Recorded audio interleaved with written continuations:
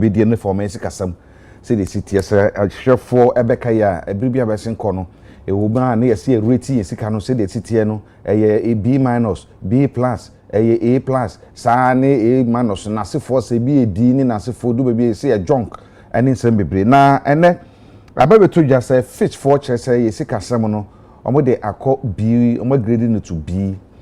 Now, my penny Mahama Kasai, a war. Ghana European Union for womo shem kwesi bi omo ye nase e na o kire se woba ye nanamo a wotuo ane hihye a waye no aso aba ebi na esuwi se yesi kasem no gina na nan so nti obekoso a ne Bank of Ghana ane partners how do nyina beka bom se de ebe ya ebema ye inflation ana fesi de no be gina na nan so pinti na eka ho de no so no yebetumi atua na eka nkwamene yen se de be yebetumi atua saka ne nyina na ehwo so tumi ahenha yen yie pa na brahman pani kasa semu no ena woko social media so a ebinom so kasa de fa se de man pani ka no omo ne ye adwene a enya de a eyeye ewo kwan bia so na pani ba ko a woko social media nasamo ho a me de be kan de American ho aye onunyafo Kennedy nyako osei wo se sa fish for rate yom de magana nansen ya no enye mamperi mahama aban no na ye nsankyerani bia na mumu no ya MPP aban no ni ma pa ye October 2024 say restructuring sikabi 13.1 billion external debt no say ne restructure no ne nasefo no eno na ma akokodu bebi a eduro no enti Ghana for mampeni mahama ani endis for kasa womo na ma fitch for tumi rate yesi kasemu aba bi na enya no kore MPP aban no de awoye eja ho no na eso aba obebi sa say ampa anase enyampa entiana na jomo abeka me sabe no bidi nkomo me de faso pe eye comrade Roger TD Wells wo ba NDC amayoko ni dinimu ena fe George Kwatin wono nso eka MPP communication team mienu ena yebidi nkomo no abujafo ndamase ne momre ema mo akwa abanso da se Jacobna Kwatin enti a me sha se de free muso oso ne se mu fi aban mu ba busumi siani na aban so kire se wo baye wono no waye ntotoye a nkakra akra mesika se modu bebi a eduri wonunyafo Kennedy osanya akoye momna se bedwani mu party ni oyemna se bedwani eno datu jechim se sasem no enye nokore ade poti na mo yede to ho a eno nti ama sa grade o mo grade esika se mu no fit for say yeda bi da before then no na yeda hen simanum wada roma Jacob na medawase na mama wajo ene UTV ahwefo nyina na anadwo baby a obia ne be mana ajo se asemo a omampanyini edikotu dwa no ya asem bia nanka omampanyini nanka me expect se nka obekire ekwan efa so a se bi yatumi achieve sa gains a yatumi anyam nenso no okane tra sa keke a wanfa enchirimu bia amba. First of all, no mampanyini entumi anka nkyereye ade ba ko a waye a enu nti ama ya achieve that B minus no wentumi anka ena ne se okan brofo saa na odigu ho na osori koye na ehu behia se esese yenso ye magana fo hu isan se fit fo ade na omode bae no omo anfa makeke ya ade a omode bae no uridi omo full stall na omode ekwan ni baabi a efa so a enema ehya ase nyina kotri se this decision na Ghana man no etekiye enti na yatumi ni ageni saade we na hu se omo ya ade a omo nchichemu se MPP aban na CPP aban omo hu ni se eye Ghana aban a anamuntu a otuye anamuntu a otuye ni bi ni se ubeka ya post covid no aban no de nhihye bebre metire aban dada no eba ya ema se bi ahohiahia de Ghana fo ekomu yi papa asemu ade bia mekaya me boss wan me se bia me obi ese me sorry gina wona me salute wo mo a ye DDEP na affect you painful ade a omu komu a omu save oman esi ho a da bia meka se wo pe omu save oman we yesi wa wi omu koji independence ne the big six ni mayenia sa ye nuamu nkofukuo ya DDEP ye affect omu so ye nkofo a esese oman no eye ade bi be ye enkaye ama ada bia no ye bebo omu abaso se omu so tema Ghana ko ahohihia mu no we mu ne nipaku a omu keka omu sika sabi aban ne de nsa ebo mu a wode gi Ghana esi ho sa anamontuo no na yetu ya ene eho aba na eso so wo share story na omu de bae na wo se October last year sa time na MPP aban ye some restructuring be for over $13.1 million bi eno na billion krampo eno na ama ehunsunsuaso no abai ne because restructuring na eden potin na mo ye ka bi da ho na mutua ye ana se eden na sa restructuring no ekire enu ntia mesikasem na tumi duru sei o de ye no nyese eka bi da ho na ye tua ba ye call for renegotiation once ade ni bi ho ananka wo de 2 months na wo betua na wasere e de call 4 months e bi ho nso a omo de cheyen eno ene ma ye physical space kakra enyese bi a ye kotua eka bi e wo ho no mo that is eniema na ye ebi na ye ya ebi munya haircut eni ade e wo ho no mo say ye nuama na omudi omusika akoto bank DDEP omo koto to government bonds ni ade ni nyina no yes a niema ni nyina eka ho a aban ni ye ebi di say our external debt a ye eno nso ye kohia sa Paris club na ye nyina ye tutu say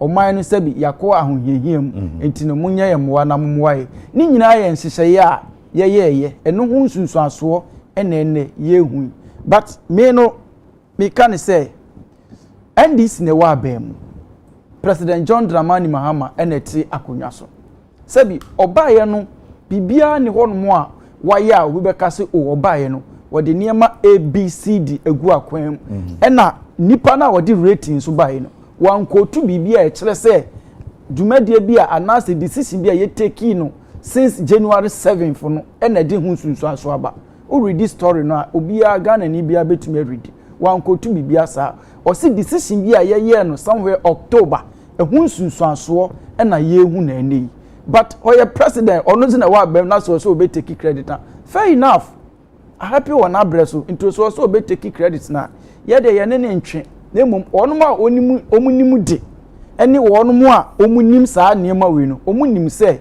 enya ade bi a wo na waye eya ade a oman no nyina na ya ye shase from abandada no ene hu nsunsuaso na ye nyina ye because nipa na wodi ratings ni bae no okotu direct source the entire ama saa de na ba okotu ene okotu ye nso no wan kotu anywhere near this year okotu from last year decision bi a ye take ye eno hu nsunsuaso na ye hu na ene ya okase si ye tokoso etoaso a ye behu niema pa a ewo yanim enti de okay de onu ana ogbo no hu safo hene na yese ye de ye nka no hwe onkoso no mo na mum wonu ma onim saa de we de omu nyina nim se enye bibia na wa ye bibia me da se besa ba so bi samson foforo na answer na no ma me nko Roger wutie kwati answer mo kan je say wo mo hyehyɛ a mo ye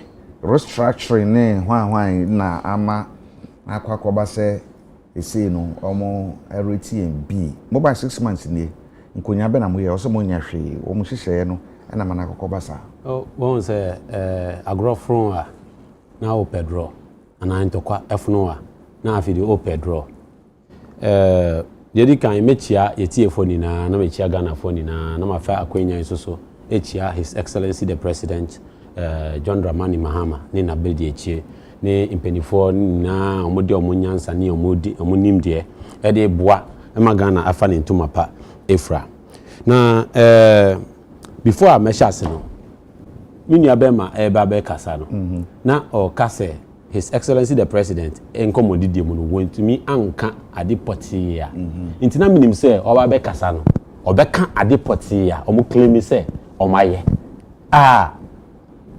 omo susu se yen ascribe the greatness ne transformation ya ye dia be emom na restructuring anka asempapa bia enfim now one say before aye ba abemu no na economy na very porous o matenti apansam no hwe the reckless borrowing hwe the way a omo bob bosia the way a omo spending ye hwe budget kra no some institutions be omo allocate budget omo spending 800 times like 800% times the actual budget on approved ni na sanyama we ni na ema economy no tente pasam ye o mention covid time no yenya sika eba Ghana infaso yenya o covid so unprecedented.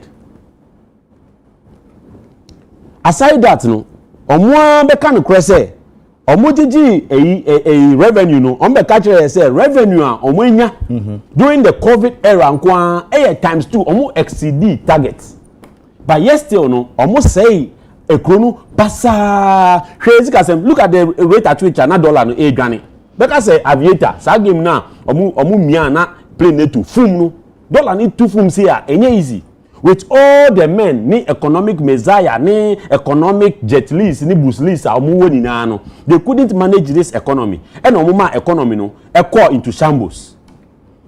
Now His Excellency the President ebaye no I say no, we have to adapt a new strategy. The man with vision and the man with focus.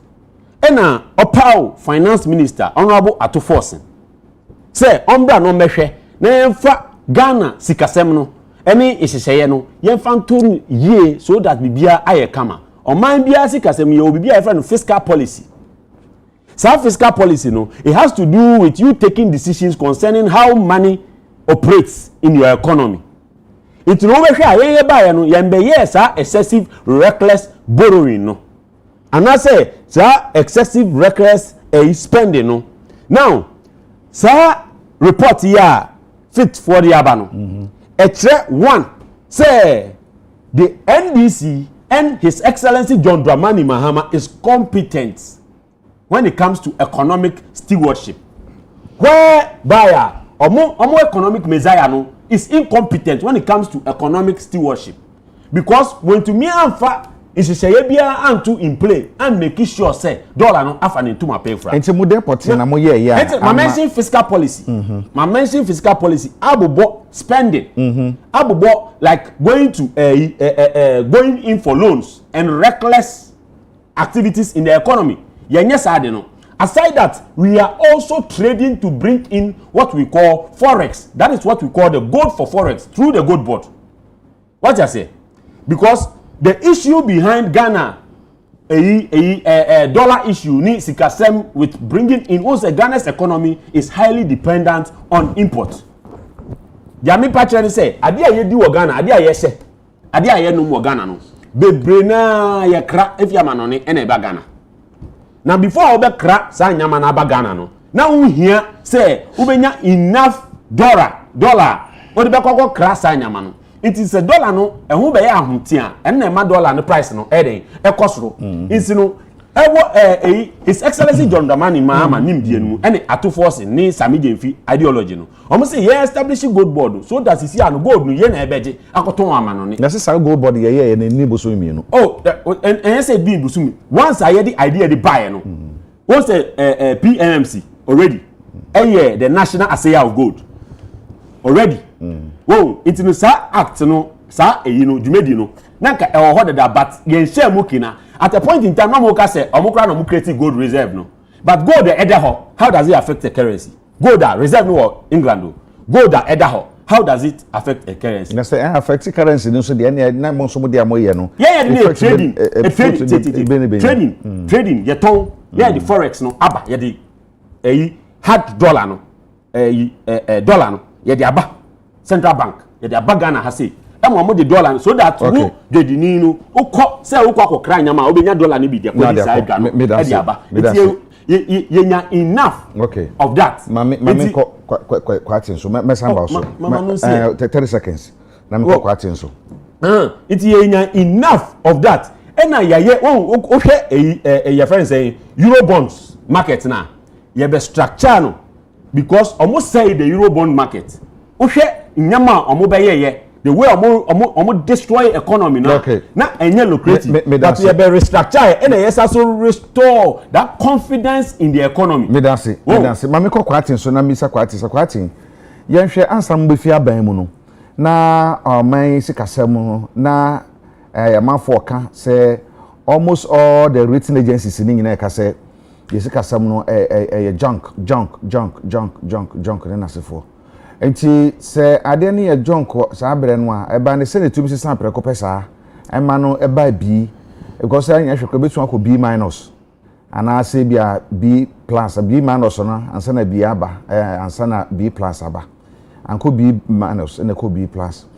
Enti wudni di se aban dia mo yede to wo no yemfa ne sam na mo yede to ho aban ba na no nso anya hye fufuru bi ana se anni anhye ne ho so a akasa B+ anke bedu na se B anke bedu ho Ejako Abraham say minuen eya na obusa na se wono na say o de FIFA baby wo di ratings ni buy omo ankasa ko two key drivers of this B- yi omo ankasa enya MPP for na yeka enya MPP ni bia na eka o wo na omo de sa ratings yi buy no omo anso ed indicators ana ade a ama Ghana ya achieve we ni buy na o read omo report na baby an on ma o kan gold board asem baby an wa o ka say Ghana ya physical hwan ya o kikan asem they all can say somewhere 2024 October na Ghana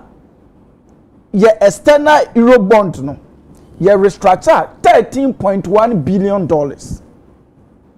sa de na ye no eno na ama ye sa physical space no if you crampo or some ka say 2.1 bi wo ho no mu crampo a 2.6 billion bi wo ho no ma esese yen so ye because our restructuring no enya de ye wie no cross o taka say o expect say ye betumi a conclude just eka ye de no bre sese e kotua no ye se omo fa bire ni bi nka ho ma yen se na e be betumi cross no omo di che ebu wo no ma omo tumi de eka no bi nso eche so eti ono krompo ka se esese ye wie na ye wie a ono kra wa reshimu se ye besa nso enya ye rate ni besa koye nimu bi enu nti enya me na metia no na me ka se eye MPP fo na eye ena enya MPP ni ena enya obia eye fit na omo agasa di ratings ni baye no omo na akotu se eye MPP aban no even though omo anka se MPP aban but omo kotu se 2024 October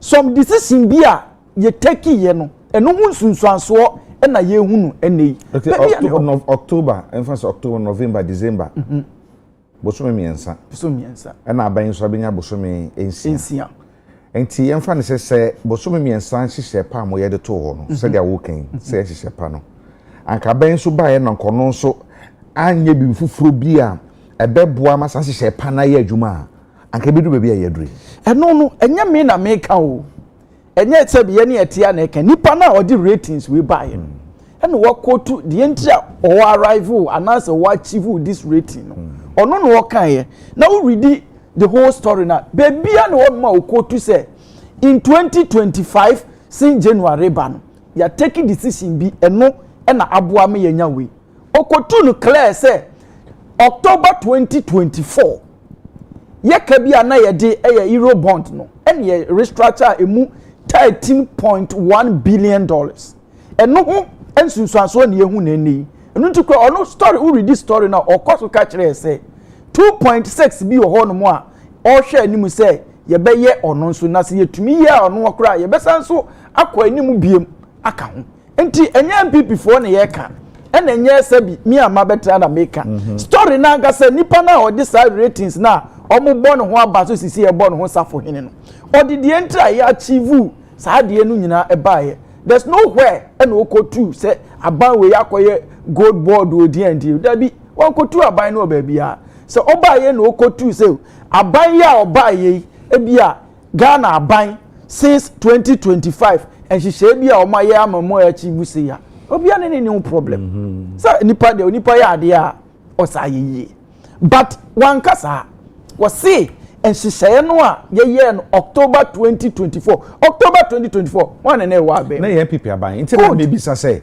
wo ye ade no to ho no e bia wo de ade esi ho wo pese ho ye fefefe en na be wo jade si ho na ofoforo ba ye no sankwa me pepa ho abere bi ya nka ne fe ne betumi agina na in fact ye no ye sa ade ne na ye nwie ye nti we read this story now we see 2.6 bi ho eno na ye hwe anim say we mu no omo be ye sa ade nti so mutumi kwoto 13.1 ana mo tre mo say ni tue mu no mo ya ye restructuring no ana 2.1 2.6 okay enti sa 2.6 no ana ba ka ma ye tikasam no tumi asesa ma rate na koyi say dey say e kono sa na story ni kan say ono mo hwe anim say sa 2.6 of what 2.6 billion dollars bi ho no mo the same euro bond na bi ho say omutumi ye ka ho because nya ni nyina na yetumi eye wieye na so wo hwe say yetumi ka o story ni nyina o breakdown ni nyina wo ha say wo be ye ni nyina wo ye wia ratings nkra o mo expect say e be sanso akwa animu enti enye MPP for na ye ka e na sabi enye me na mabetra na meka nipa na wodi ratings ni bae no ono na okotu no direct enye say we no ye na ekotwero shem e ne story min kotu ba bi I'm just quoting from the story me da say Roger ya kan nyina no e ka me say utia I say hihye omo ye no October November December no boso me miensa no eno na boso me nsia achi no en kan say boso me enkono achi ayo the sa resource you know meaning say mo bae no mo sheda nya bibi potin bi a supplement sa October restructuring na wo mo ye no the restructuring nankasa na de na ho oden ama the junk status na ye wo no aba B daddy dia me bra ne kan na emesre bon ye say wo de brochure fom na we ngusu nsuo ma soil no manure enfefe na efefe krampo na before I be so aba no na wetu ho anamo wado efuo no mu we ne charge na ma na be so what you say now o de hwe 13.1 billion euro bond na omo take no in October 2024 no it is mentioned now Brahasi domestic and bilateral debt reforms which was implemented in 2025 January yani China and France and negotiating in Nyama mess now on my course no. That is one. Now we are still negotiating with commercial creditors. This 2.7 billion which is still owed to commercial creditors with G20 Commonwealth framework. What I say? Now, the supporting measures need IMF alignment. This is $720 million. Finance Minister Atufosi introduced significant spending cuts and tax reforms to enhance fiscal credibility. And now one on Becca say Ghana scanning performing because we are not paying contractors. You see, these are shameless people who do not think about what it takes to govern a country. And now one on Becca say yes, statistics ye contractors ni ye nurses ni doctors car Ghana economy no ebe tiapansam no. So why is it that they have double standards? They don't want to see red and call it red. See, let's call a spade a spade. Say o sika na se wa hye wo so say economy no anase misika sem enko yie na me pese me tua me mba school fees dachi anase me pese me ja ejapade be tu ho ema me mba enti no sa abochi kiba bi no ton okwan ho no me ntobi wi and say we a foolish man no. But you are disciplined. So the physical discipline na yedi atutu akwemu no eno na ma enya success and I say achievement. Omo ba ye no ye need ka bia na ye jai for specific purpose. Extra energy sector. Omo ndis ka na we answer ankoji loan endi anka ho. Omo ye di re ba ye no na say euro bond no say ma messing up. Na makoye restructuring na. Say ka pa ye ka so ye say be ko kan an basa. Ensa. But aban no say metigana for bre economy na say yentu anamombi na yenfa economy no embra back to life economy a momo from ho economist mo born no Mahama has revived it and that is what we are talking about nka me na me MPP for nanka mekọ current assembly hall to say bia Accra International Conference Center na ya fra mo flag bearers ni na omo ministers ni na omo penifo ni na ya fra to force no the or the marker ne board be si ho actually omo what economics is about because they don't have a clue on how to run the economy. How? Oh, the only thing they know how to do is say identify profit holes no normal capture for their packet. Now omo ways are inflicting pain on the Ghanaian populace. Now, what do bra? Mami tell you are say. COVID by one. COVID by na almost say COVID aba. COVID no e di sika bebre ebre as a country. Sika COVID e di ba Ghana. Enye sika ketwa. Enye hwe COVID by IMF SDR yenya $1 billion. World Bank plus IDA yenya $100 million plus $35 million. World Bank IDA. African Development Grant yenya $102.6 million. SME Recovery Grant yenya $5 million. Ghana COVID Plan, that's EPRP, yenya $560 million. The Cabos MSME support yenya $600 million. Ghana Cares Recovery Plan yenya $100 million. And auditors general mobilized money no yenya $2.73 billion. Now I'm asking you, according to their auditors general report, we made profit than the regular years and normal periods. Where did the money go? In their same auditors general report, I'm saying there was misappropriation of funds. There was unaccountable or unaccounted money. Almost somebody is can't be quite a chairman. I don't know. So some money be good demudia. I can't tell. But the issue in say, Opa say a buying dada no agency shepherd bia. Eda ho amoso mo ban mo sa ban na ye we ni we ye so ye begina so aye bibia be aban we into anamo papa bia aban we they were reckless, they wrecked the economy. See, if they could take the economy to a state of default, from default to the economy na called default. Now Mahama be restore this thing economy that Bahomia broke down. As the head of economic management team, as an economist, what breaking economy in a way say Mahama abe restore yina. Then you come and sit here. I don't know the kind of food MPP communicators eat, because when they see red, they want to paint it as o kan say me no nya adwene. Ono so se waye bibi. No, ade abeden ono wo so waye. My boss say your fiscal policies. And ono so say fish for say $13.1 billion no. Omo ya restructuring. MPP aban na ye. Until sanka omo anya sa restructuring na we say anka mobile na anka mo try bi dia fa ho.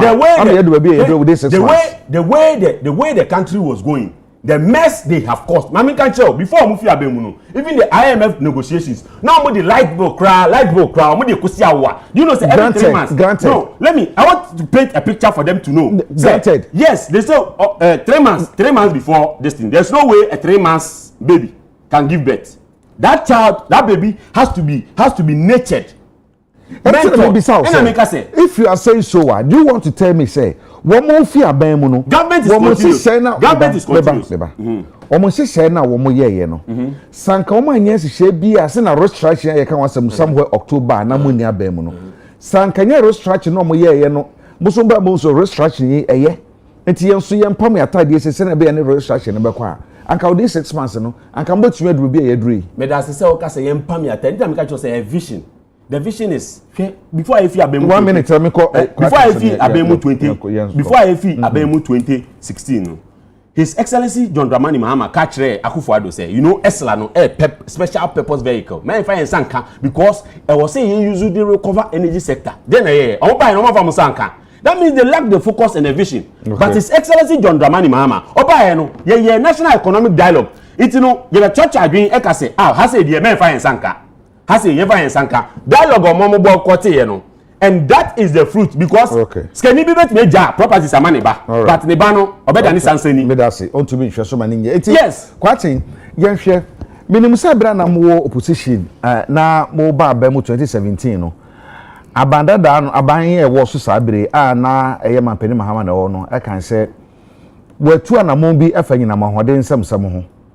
Enti say na mahode nsam na anase enamo na wotu no World Bank ne IMF kan say ebesha se aso aba in 2017 I'm at 2017 na success so aba na say ehunu improvement mo bae no mo je credit ni nyina say abanda da no anye nyina mo hode ho hwe mo na matumi ababe ni nyina enye no bi na say yehunu e wo mo so ni mo afamu first of all no yenika antim free was say yen ye ba abamu 2017 asemu a President John Dramani Mahama no waka kire Ghana for ni say wa solve dumso that is asema o kan say dumso dey wa solve but ye ba ni ehu say there be on solve dumso enye no kre say wa solve dumso no kre bia ni musa na Ghana for nso nyina ehu say ampa on solve dumso into eno eye one no kre be na na enim dem poti na na wo tia in fact as at March 2017 we were still experiencing dumso March 2017 etinka wa solve dumso anka nya de anka March you betumi experience dumso Ghana ni bia ni menye men na meka okay 2 minuan ekeka na auditor general na de minia asem na ye ka no ha no enye se kasa didi o se MPP communicators o san kra etwa ayambia enye dede ho asem ne ye ka ne ha o eye adwumakuo bi na omaye omohwehwemu na omodi omo ratings aba se oman no sikasem ho anane oman economy no say na ye feel se etie na omodi baaye no oman kasa omo research no omo kotu eniema ama ye achieve anase oman ne atumi aduru this impempenso enya MPP na eka wanka auditor general senka ye auditor general nkobeka eye gold border nkobeka eye die brofo okika no ha ni the way o shout ya nkobeka da bi